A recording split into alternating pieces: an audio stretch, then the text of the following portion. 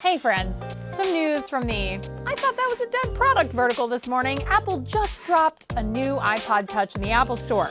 Altered Beast just called, "Rise from your grave." All joking aside though, here's what we know. The last time the iPod Touch got an update, it was in 2015. That was the 6th generation iPod Touch. This new one will be the 7th gen iPod Touch, and it has Apple's A10 Fusion chip, which is the same one you'd see in a 2018 iPad. It also has a very decidedly old school look to it. If you're feeling nostalgic for 2012, the new iPod Touch still looks exactly the same as it did way back then, with a home button, a 4-inch Retina display, and a headphone jack. Anti-courage. Am I right? It's also got an upgraded camera, which will support augmented reality. It's already in the Apple Store, and it starts at $199 for the 32 gig model. I've seen a bunch of you whining online today about how Apple didn't need to launch this, that it doesn't have Face ID, which makes it useless, how it's dumb since it doesn't have phone capabilities, or that it's Apple pretending to de-evolve a phone and pretend it's revolutionary. So let's talk about context. 1. The iPod has generally been a pretty popular device, even though it's not a cell phone. It's an easy purchase for a parent whose kid wants an iPhone, but maybe isn't quite ready for the responsibility of one. Plus, what kid even likes making phone calls nowadays? None of them. That's how many. Everything they need is on this device, and it doesn't need to have the speed or battery life that a flagship iPhone does.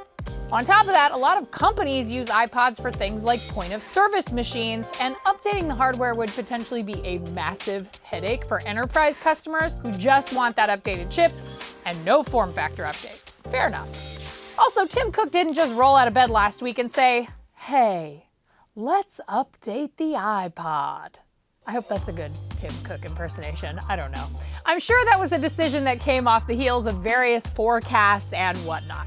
Speaking of which, Apple actually lumps the iPod Touch into the accessories category in its official earnings calls, along with Beats, AirPods, Apple TV, Apple Watch, HomePod, and a bunch of other stuff.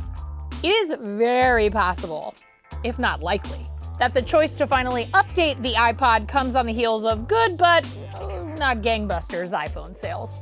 I will be super curious as to how the numbers shake out in the next earnings report once it includes this hardware refresh. So what does this all mean for you? Well, we recently saw Apple update another product we thought was dead and gone, the iPad mini. This might be a sign Apple isn't expecting super-powered iPhone sales until its next product cycle, and that might actually be good for anyone hoping for other forgotten or presumed dead Apple products to get a new lease on life. If you're happily using your iPhone XS, your Pixel 3, or whatever other super nice flagship phone that you might have and haven't been interested in the iPod Touch since the early 2010s, surprise!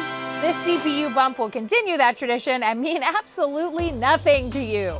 And on the flip side, if you were secretly hoping for an iPod update that supports things like group FaceTime, augmented reality, and has a newer camera update inside, congratulations, your day has finally arrived. As for me, well, let's ask this Magic 8 Ball. Am I getting you know what? I don't need this. No, I'm not getting an iPod Touch. I update my phone every single year. I haven't needed an iPod for a really long time. So maybe you'd want one? I don't know. Drop your words down in the comments. That's all I got for today. Be good humans.